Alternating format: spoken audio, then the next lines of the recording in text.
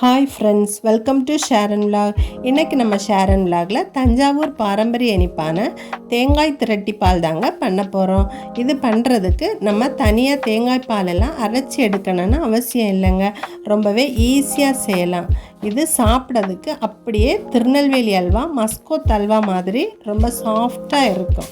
அப்படியே வாயில் போட்டதும் கரைகிற மாதிரின்னு சொல்லுவாங்கள்ல, அந்த மாதிரி ஒரு ஸ்வீட் தான் இது. இந்த ரெசிப்பியை நீங்கள் இதுவரைக்கும் செய்யலைன்னா கண்டிப்பாக என்றைக்கே செஞ்சு பாருங்கள். அவ்வளோ டேஸ்ட்டாக இருக்குங்க. வீட்டில் எல்லோரும் ஆசையாக கேட்டு வாங்கி சாப்பிடுவாங்க.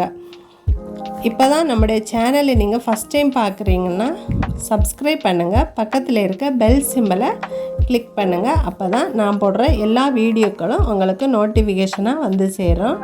இப்போ நம்ம எப்படி பண்ணுறதுன்னு பார்க்கலாம்.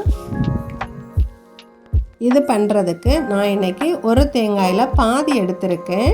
இந்த தேங்காயை நாம் இப்போ துருவி எடுத்துக்கலாம். துருவின தேங்காய் 1 கப் அளவு இருக்குது. இப்போ நான் ஸ்டவ்வில் ஒரு கடாய் வச்சு 1 கப் தேங்காய்க்கு 4 டேபிள் ஸ்பூன் பாசிப்பருப்பு எடுத்திருக்கேன். இப்போ நம்ம இதில் சேர்த்துடலாம்.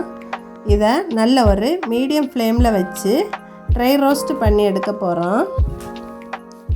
நமக்கு கரியக்கூடாது, ஆனால் கொஞ்சம் நேரம் மாறி வரணும். அதனால் மிதமான தீயில வச்சு வறுத்துக்கலாம், இல்லைன்னா கரிஞ்சிடும். லைட்டாக கலர் மாறினதும் இதை நம்ம வெளியே எடுத்துக்கலாம். இப்போ பாருங்கள், பாசிப்பருப்பு நல்லா வறுபட்டுடுச்சு, கலரும் சேஞ்ச் ஆகிடுச்சு. இப்போ நம்ம ஸ்டவ் ஆஃப் பண்ணி ஒரு தட்டுக்கு மாற்றி ஆற விடலாம். ஆறுனதுக்கப்புறமா இதை நம்ம பொடிச்சு எடுத்துக்கலாம். ஆறுனதுக்கப்புறமா பாசிப்பருப்பை ஒரு ட்ரையான மிக்ஸி ஜாருக்கு மாற்றிக்கலாம். மாற்றிட்டு இது கூடவே வாசனைக்காக 2 ஏலக்காய் சேர்த்துடலாம். சேர்த்துட்டு நல்லா நைஸாக பொடி பண்ணி எடுத்துக்கலாம். இப்போ பாருங்கள், பொடி பண்ணி எடுத்தாச்சு.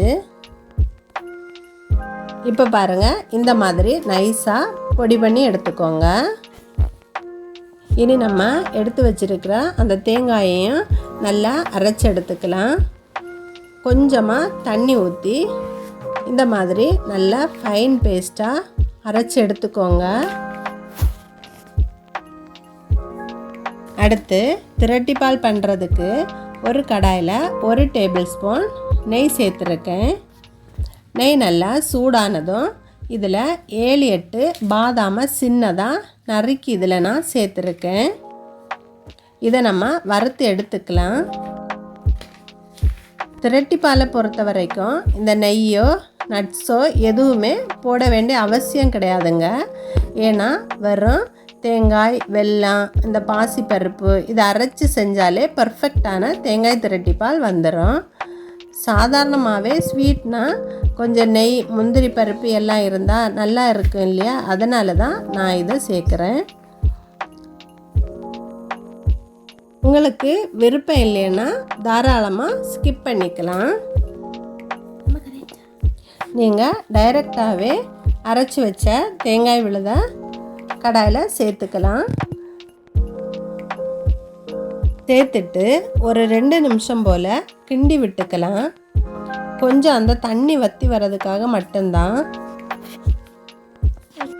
இது ரொம்பவே ஈஸியாக செய்யக்கூடிய ஒரு ஸ்வீட் தாங்க. நம்ம நினச்ச உடனே தேங்காய் இருந்துச்சுன்னா நம்ம இந்த ஸ்வீட்டை செஞ்சிடலாம். 2 நிமிஷத்துக்கு அப்புறமா நம்ம பொடிச்சு வச்சுருக்கிற அந்த பாசிப்பருப்பு பவுடரை இது கூட சேர்த்துக்கலாம். இதையும் 1 நிமிஷம் நல்லா கலந்து விடலாம். அந்த பாசிப்பருப்பு தேங்காய் கூட நல்லா மிக்ஸ் ஆகணும். இந்த மாதிரி நல்லா கலந்து விட்டுக்கலாம். 1 நிமிஷம் கலந்து விட்டதுக்கப்புறமா 1 கப் தேங்காய்க்கு 3/4 கப் அளவு வெல்லம் கரெக்டாக இருக்கும். அதுக்கு மேலே நம்ம சேர்த்துட்டோன்னா இனிப்பு ரொம்ப அதிகமாகிடும். இப்போ இதை சேர்த்துட்டு நல்லா கலந்து விடலாம்.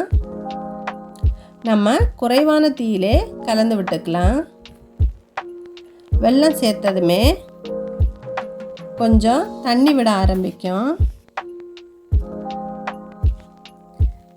இப்போ இந்த ஸ்டேஜில் ஒரு பிஞ்சளவு சால்ட்டு சேர்த்துக்கலாம்.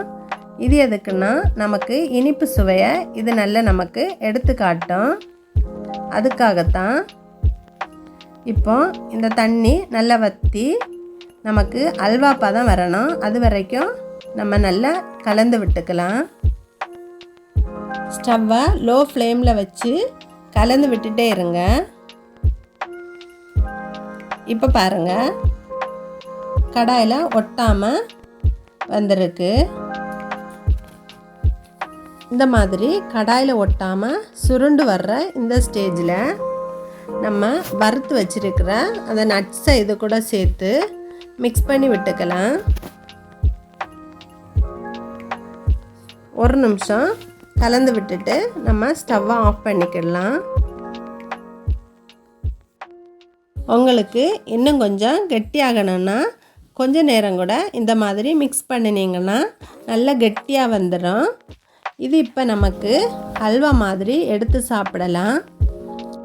அப்படி இல்லைன்னா நீங்கள் இதை ஒரு 3 மணி நேரம் போல் ஃப்ரிட்ஜில் வச்சு எடுத்தீங்கன்னா பர்பி போல் நமக்கு இதை கட் பண்ணி சாப்பிடலாம். அவ்வளோதாங்க, நம்ம தேங்காய் திரட்டி பால் ரெடி ஆயிடுச்சுங்க. இதை நீங்களும் கண்டிப்பாக இதை செஞ்சு பாருங்கள். ஒரு தடவை செஞ்சிங்கன்னா திரும்ப திரும்ப செய்வீங்க. அவ்வளோ டேஸ்ட்டாக இருக்குங்க. இந்த ரெசிபி கண்டிப்பாக உங்களுக்கு பிடிச்சிருக்குன்னு நான் நினைக்கிறேன். பிடிச்சிருந்துச்சுன்னா இந்த வீடியோவுக்கு ஒரு லைக் கொடுங்க. உங்கள் ஃப்ரெண்ட்ஸுக்கு ஷேர் பண்ணுங்கள். செஞ்சு பார்த்துட்டு எப்படி இருந்துச்சுன்னு கமெண்ட் பண்ண மறக்காதீங்க. தேங்க்யூ.